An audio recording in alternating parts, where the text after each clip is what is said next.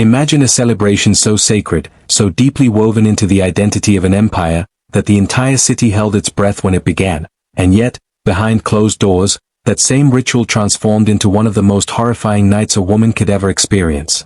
That was ancient Rome. A civilization that boasted laws, philosophy, architecture, but buried its darkest traditions under silence and ceremony. Tonight, I'm going to take you into a story Rome tried desperately to erase, a wedding night ritual so disturbing, so psychologically violating, that even historians who studied it described it as a cruelty wrapped in gold. Before we begin, a quick request. If you're new here, consider subscribing to the History Veil, the place where we unmask the shadows of the past. Like, share, and turn on notifications so you never miss the untold truth behind history's darkest moments. Now, let's open this veil. Our story begins not in a palace or courtroom, but in the home of a young Roman bride. She stands still, wrapped in her bridal tunic, the scent of burning laurel leaves drifting through the air. Outside, drums echo through the streets as neighbors gather with smiles and laughter. The entire city celebrates her wedding, but she knows something the crowd does not. She isn't afraid of marriage. She's afraid of tonight. In ancient Rome, the wedding feast was not the highlight of the ceremony. It was what happened after the feast, in darkness, behind a locked door, witnessed by powerful men who believed they had the right to watch, judge, and claim control over a woman's most intimate moment. But the cruelty didn't start there. It began long before the bride even reached the groom's home. As the sun set, family members would gather around her, whispering blessings that weren't blessings at all, they were warnings.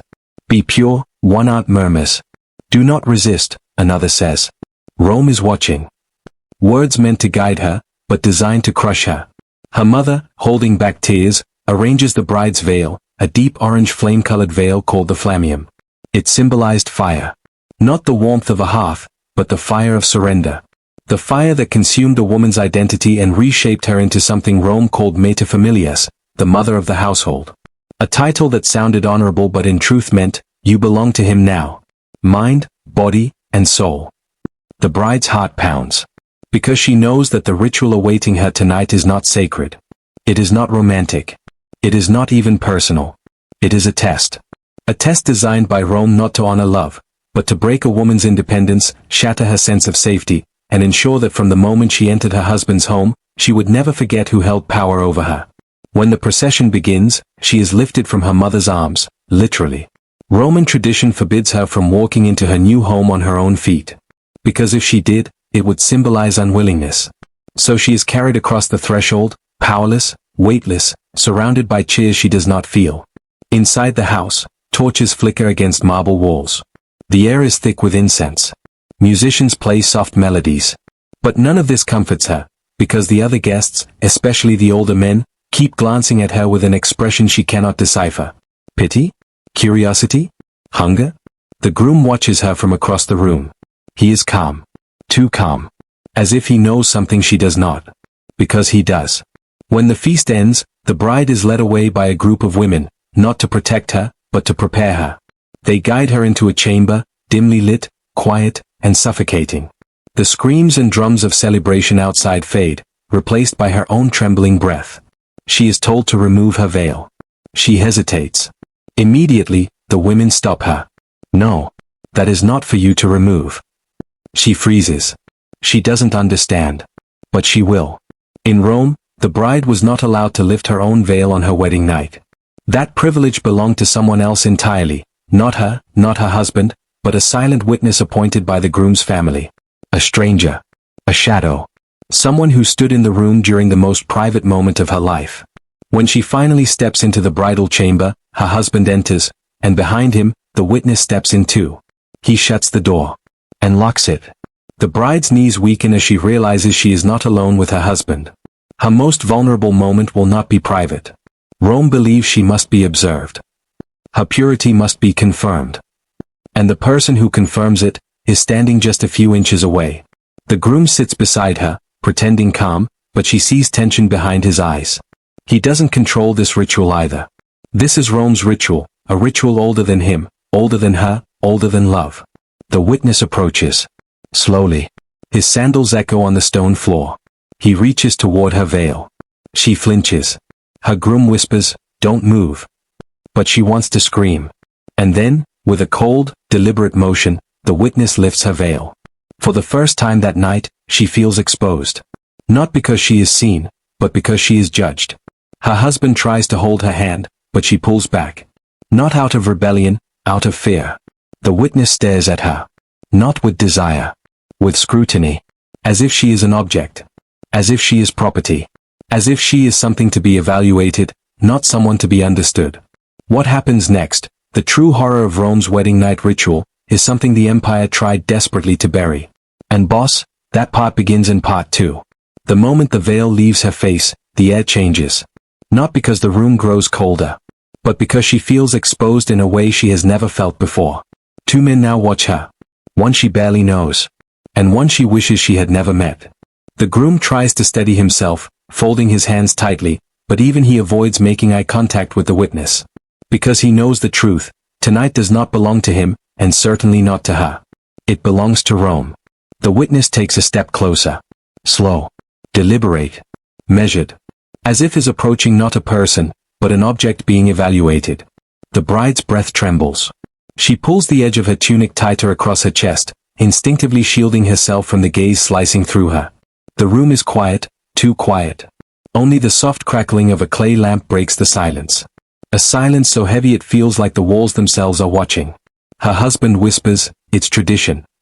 But there is no warmth in his voice. Only resignation. Tradition. A word Romans used to justify the unspeakable. The witness circles around her slowly, the leather of his sandals brushing against stone. He observes her like a judge at a marketplace examining merchandise. He doesn't speak. He doesn't smile. He doesn't even blink. The bride's heart thunders. She can feel it pounding in her throat. She glances at her groom. A silent plea for comfort. But he looks away. That's when she realizes something horrifying. He is just as afraid of this man as she is. The witness finally stops in front of her. His shadow stretches across her face. He raises a hand. Not to comfort her. Not to reassure her. But to command her to stand. The bride hesitates. And that hesitation, that single moment of fear, is all the witness needs. He snaps his fingers sharply. Her body jolts. Her husband immediately rises, panicked, and urges her. Please, do as he says. Not because he wants to dominate her, but because he desperately wants to avoid angering the man who controls everything happening tonight. The bride stands. Barely. Her knees tremble, but she forces herself upward, struggling to keep from collapsing under fear. The witness studies her posture. Not her beauty. Not her emotions. Not her dignity. Just her obedience. This was the first part of the ritual. Submission. A test to see whether the bride would obey instructions without question. If she hesitated again, the consequences would be severe. The witness motions her toward the bed. She takes 1 step. Then 2. Her ankles shake with every movement. The bed, covered in fresh linen and decorated with woven wreaths, should have symbolized comfort and new beginnings. But tonight, it is an altar. An altar where Rome sacrifices her innocence. The groom carefully sits at the edge of the bed, visibly torn between shame and fear. He wants to protect her, any decent man would. But the rituals were older than emotion. Older than empathy. Older than him. He whispers. Just breathe, it will be over soon. She doesn't believe him. The witness stands beside them, arms crossed, eyes cold and analytical. He waits. He watches. The groom reaches out slowly, brushing his fingers against the bride's cheek. A gesture that should have been tender. But tonight carries more dread than comfort. Just then, the witness snaps again. The groom freezes. The bride's blood turns to ice. The witness steps forward. He places a hand on the groom's shoulder and pushes him gently but firmly aside. Not out of anger, but to establish dominance. He looks at the bride. His voice, when he finally speaks, is flat, emotionless, almost mechanical. Remove her belt. The groom swallows hard. He hesitates. The witness does not. He repeats. Now. The groom obeys. As he reaches toward her belt, the bride's hands instinctively shoot down, clutching it in panic. She whispers, "No, please." But the witness immediately intervenes. He steps forward and pries her hands away. Not violently, but with a cold, unquestionable authority. Her breath collapses. Her vision blurs. She feels herself detaching from her own body. This is not a ritual of love. This is psychological conquest. Rome didn't just want obedience from its women. It wanted ownership. The witness watches closely as the belt unravels. As if every detail must be memorized, recorded, confirmed. The bride closes her eyes, trying to disappear inside the darkness behind them. But she can still feel the witness's stare drilling into her skin. And then, the second part of the ritual begins. Rome believed a bride must not enter marriage with fear or hesitation. But instead of comforting her, instead of creating a safe transition into a new life, they broke her spirit. The witness steps in front of her again. His voice is cold, clipped, instructive. Kneel. Her breath stops. The groom whispers, "It's just ceremony, just ceremony." But she knows that's a lie. This isn't ceremony. This is conditioning. A way to make her understand that from this night forward, she is under Rome's authority. Through her husband. Through the family. Through the law. Through the rituals that governed her body. She slowly sinks to her knees, feeling the chill of the stone floor bite into her skin. The witness nods once. Satisfied. He turns to the groom and gestures sharply. The groom hesitates again. And the witness tenses. In that moment, the bride sees something clearly. This ritual isn't just for her. It's for him, too. Rome wasn't only breaking the woman. It was breaking the couple. Separating them emotionally. So that loyalty flowed upward to Rome. Not to each other. The groom lowers himself beside her. Head bowed. Expression hollow. And then, the witness delivers the worst part.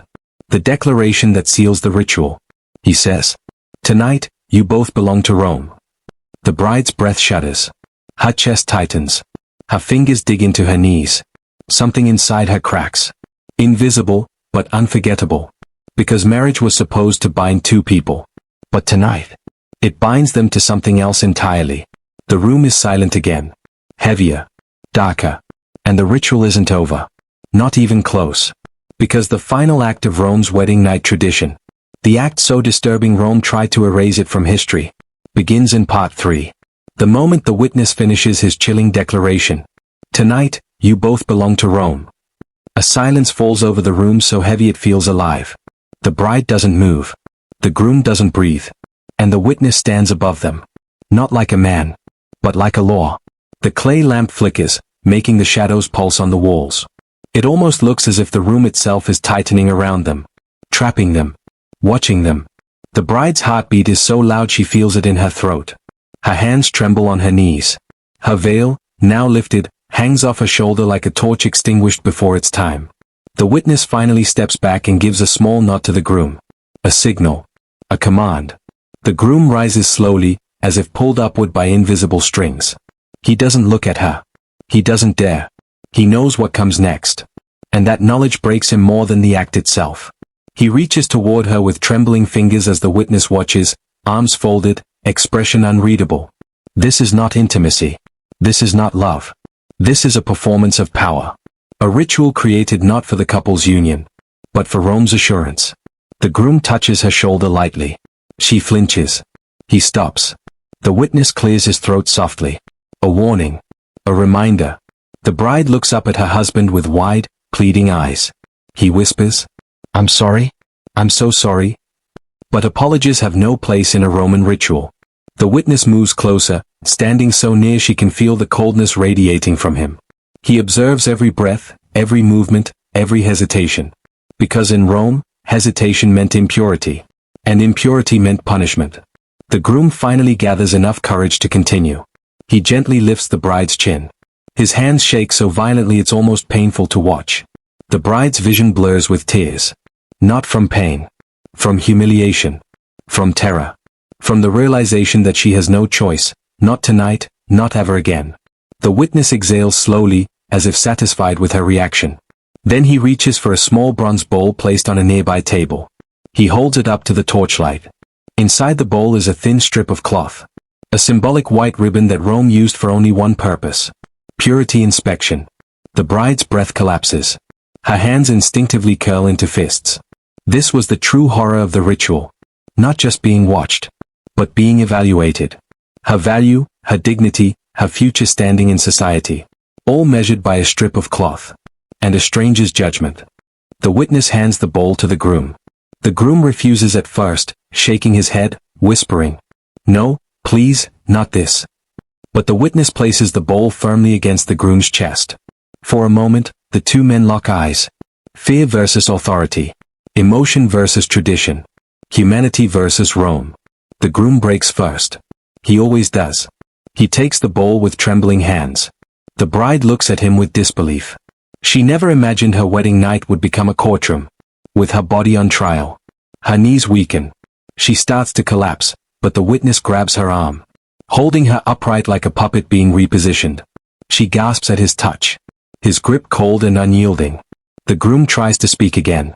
"Please," she's scared. The witness silences him with a single sharp look. Fear crawls up the bride's spine like ice under her skin. Her entire body feels foreign now, as if she no longer lives inside it.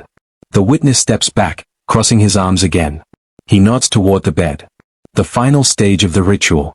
The bride feels the world tilt as she's guided, or forced, toward the bed.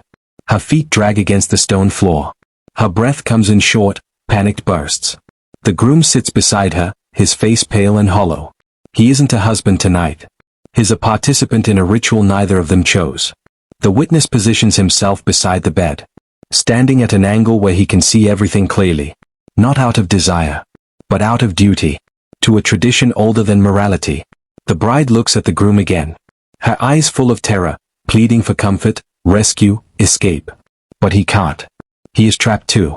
By honor, by fear, by Rome. He whispers, "I don't want to hurt you. I don't want this."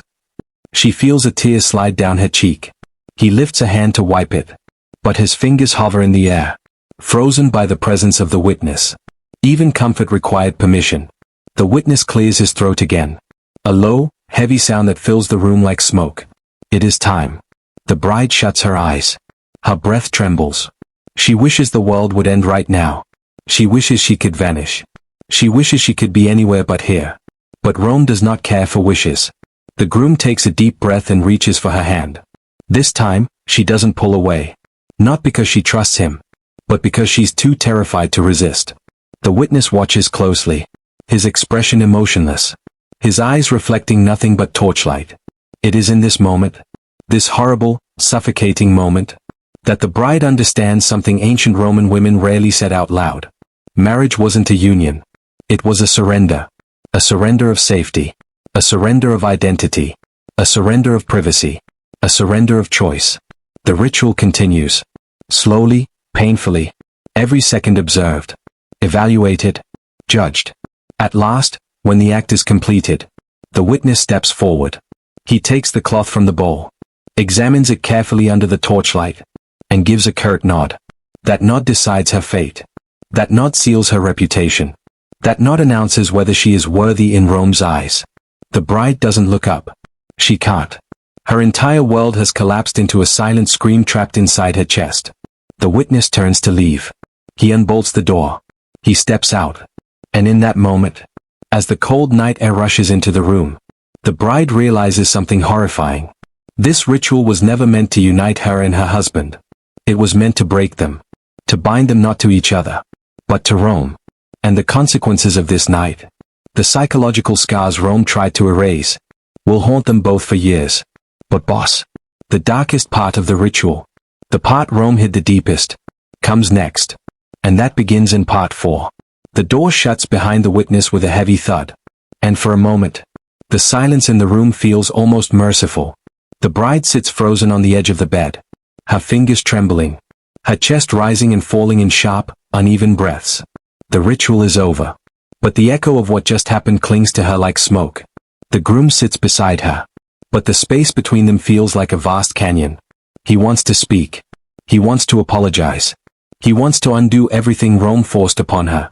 But he can't. Because even now, Rome is in the room. The lamplight flickers. And for the first time tonight, the bride looks at her husband. Not with love. Not with trust. With a hollow, exhausted confusion. She whispers, "Why?" The simplest question in the world. And yet the one the groom least wants to answer. He swallows hard. His voice cracking as he says, "It's tradition. It's expected. Every marriage, every home. Rome says this is how it must begin." She looks away. The answer is worse than silence. Because if something so cruel is tradition, then what does that say about her future?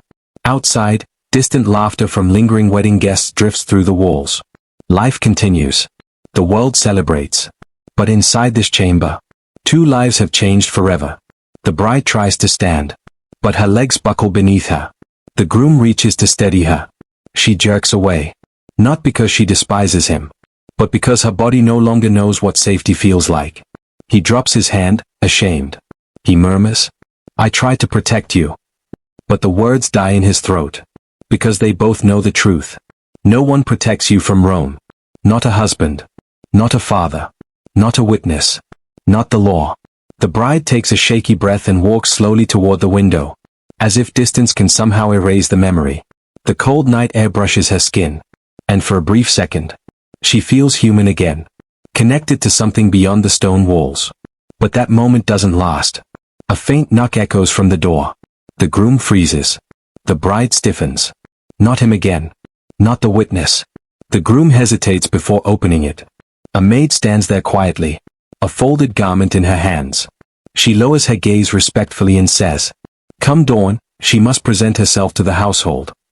The groom nods bitterly. She needs rest. The maid responds softly, "It is not allowed. The matron will examine her place in the family. The elders will expect her to attend morning rites. She must show she is ready." The bride looks at her husband. Her voice tiny. "I have to go out there? Tonight?" "No," the maid says gently. "Not tonight. At sunrise. That is when the household judges a new bride." The bride feels her stomach twist. Another judgment. Another ritual. Another test. As if tonight wasn't enough. The maid bows and leaves. The door closes again. The bride stares at the floor, feeling as if she's sinking into it. Sinking beneath the weight of the expectations placed on her shoulders. The groom sits beside her again. Slowly, carefully, like he's approaching a wounded animal. "She isn't cruel," he says quietly. "Mother will welcome you. She'll tell you things will get easier. She'll say every bride has been through this." The bride almost laughs. A hollow, bitter laugh. "Does that make it right?" she whispers. The groom doesn't answer. Because for centuries, Rome survived not because its traditions were right, but because no one questioned them. The bride pulls her shawl around her shoulders, as if covering herself can shield her from the memory. But memories like this cling deeper than cloth. The groom finally speaks, voice trembling. "I didn't want this for us." She turns to him. Eyes roll from tears. Voice breaking as she asks, "Then why didn't you stop it?" The groom's face collapses. He looks away, shame burning through him. Because there is no answer. Only truth. And the truth is cruel. Men feared this ritual almost as much as women hated it. Because it didn't just break the bride. It broke the groom. It tested his obedience. His loyalty. His willingness to submit to Rome's authority. His willingness to watch his wife, the woman he was meant to protect, suffer without intervening. The ritual wasn't a test of purity. It was a test of control. The bride walks back to the bed and sits. Her breath steadying just enough for clarity to return. But clarity brings a new fear. She whispers, "You said every marriage begins this way." The groom nods weakly. "And after this," she asks, "what does Rome expect of me?" He hesitates for a long moment, eyes fixed on the floor. When he finally speaks, his voice is nearly broken. "You serve the household. You obey the elders. You bear children. You honor Rome in everything. And if you ever fail, if you ever question, if you ever resist." He stops. The bride waits. He forces the words out. They send him back. Her heart stops. "The witness," she whispers. The groom nods slowly. "The witness returns to inspect the household. To inspect you. To examine your behavior. Your loyalty. Your purity of conduct. Tonight was only the beginning." The bride's chest tightens. Breathing becomes harder. The world seems to tilt beneath her. Because it means the witness wasn't just a one-night horror. He was a permanent shadow in their marriage. She whispers, barely audible, "Will he come back for me?" The groom's eyes fill with fear. Not of her question, but of the truth. "Yes," he says. "If Rome believes you have failed your duties, he will." The bride covers her mouth, holding back a sob. The groom reaches for her hand again. This time, she doesn't pull away. They sit together in that dim room. Two souls broken in different ways. Both victims of a ritual designed not for love, but for dominance. Outside, the first faint hint of dawn touches the sky. Soon, she will be judged again. Not by a witness, by an entire household. And those judgmental eyes can be far more cruel. But the darkest consequences, the ones Rome feared enough to erase from history, come next. And boss, that begins in part 5. Dawn breaks with a color Rome adored. A cold, pale gray that made marble glow like bone. The bride doesn't sleep. She sits on the edge of the bed, knees pulled close, eyes fixed on the floor. Her husband sits beside her. But neither speaks. There is nothing left to say. Because at sunrise, the household will judge her. Not for who she is, but for who Rome demands she becomes. A low horn echoes outside. The ceremony is beginning. The groom stands and extends a hand toward her. She hesitates. Not out of defiance, but because she isn't sure her legs will hold her. She rises anyway. The hallway outside the chamber is lined with servants holding clay oil lamps. Their eyes avoid hers. Not out of cruelty, but out of understanding. Every one of them has witnessed this before. Some lived it. Some suffered through it quietly. Some never recovered. The bride walks slowly, each step echoing louder than the last. She can feel the air change as they approach the atrium, the heart of the Roman household. Inside, the elders are already waiting. The paterfamilias, her husband's father, stands at the center like a marble statue come to life. Beside him sits her mother-in-law, a woman whose eyes reveal she endured the same ritual many years ago. The bride lowers her gaze, not because she wants to, but because Rome teaches her she must. Her husband stands beside her, hands clenched, shoulders tense. The paterfamilias speaks, his voice heavy with authority. Step forward, bride of this house. She steps. Her knees almost buckle, but she forces herself to remain upright. The elders observe her. Not her dress, not her hair, not her beauty. They observe her spirit. Does she look obedient? Does she look humble? Does she look broken enough to be trusted? Her mother-in-law rises slowly and approaches her with a folded white cloth. The same cloth the witness examined hours earlier. She holds it up to the light. The room falls silent. The bride can't breathe. Her mother-in-law's expression remains unreadable. Not proud. Not disgusted. Just tired. Tired of being the keeper of a tradition she, too, once suffered through. After a tense moment, she nods slightly. The men relax. The servants whisper with relief. But the bride doesn't feel relief. Not even a little. Because she now understands something unspoken. This ritual doesn't end with the witness. It begins with him. Her mother-in-law hands her a new garment. A simple white stola. The symbol of a married Roman woman. A symbol Rome pretends is honor, but in truth is compliance. The bride slips it over her shoulders. It feels heavier than the veil. The paterfamilias gestures for her to stand at the center of the atrium. A servant steps forward with a small clay lamp. He places it at her feet. The elder speaks again. This flame represents your duty to this family. As long as it burns, so must your loyalty. If it dies, your loyalty is questioned. And Rome does not tolerate doubt. The bride swallows. Her throat burns. She understands the warning. If she fails her duties, if she challenges authority, if she shows independence, that shadow from last night will return. The witness, the overseer, the eyes Rome planted in their marriage. Her husband steps beside her now, trying to mask the horror in his own chest. He whispers, "Stay close to me today." The elders observe everything. Before she can answer, an elderly woman from the household approaches. She places her wrinkled hands on the bride's cheeks and studies her face with painful sympathy. "You will learn," she says softly. "Like all of us did. We survived. You will, too." The words are meant to comfort her, but instead they break something inside her. Survive. Not thrive. Not flourish. Survive. That is the expectation. The bride is led through the household, introduced to every corner she is now responsible for. The hearth. The weaving chamber. The storage room. The shrine. Each room comes with a rule. Each rule comes with judgment. Each judgment can summon the witness back. By midday, she feels like a stranger wearing someone else's life. The grooming, the rituals, the expectations. They begin to compress her until her breath grows shallow. Finally, she steps outside into the courtyard. needing a moment alone. The sun is bright, but she still feels trapped in the shadows of last night. Her husband follows her quietly. He doesn't touch her. He doesn't try to speak. He just stands near, hoping his presence alone is enough to help. But it isn't. The bride whispers, "My life ended last night." The groom closes his eyes. He feels the same. But men weren't allowed to admit it. He finally speaks. Voice soft and broken.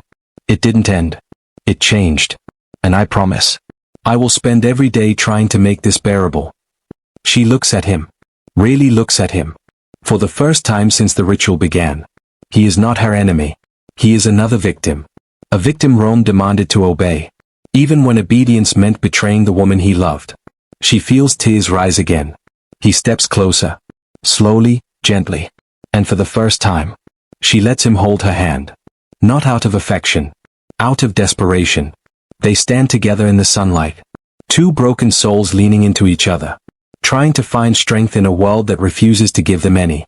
A servant appears in the doorway. The elders request her presence again. The bride stiffens. The groom squeezes her hand before letting go. She walks back inside.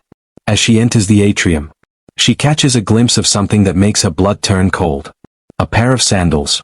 A tall shadow. A familiar silhouette standing near the household shrine. The witness. He has returned. Not for another ritual, but for inspection. For confirmation. For control. The bride feels her heart collapse. Because now she understands the final truth Rome buried. The witness never truly leaves. He becomes part of the household. Part of the marriage. Part of her life. He is the reminder. The enforcer. The silent guardian of Rome's authority. And she realizes, this was never one night. This was forever.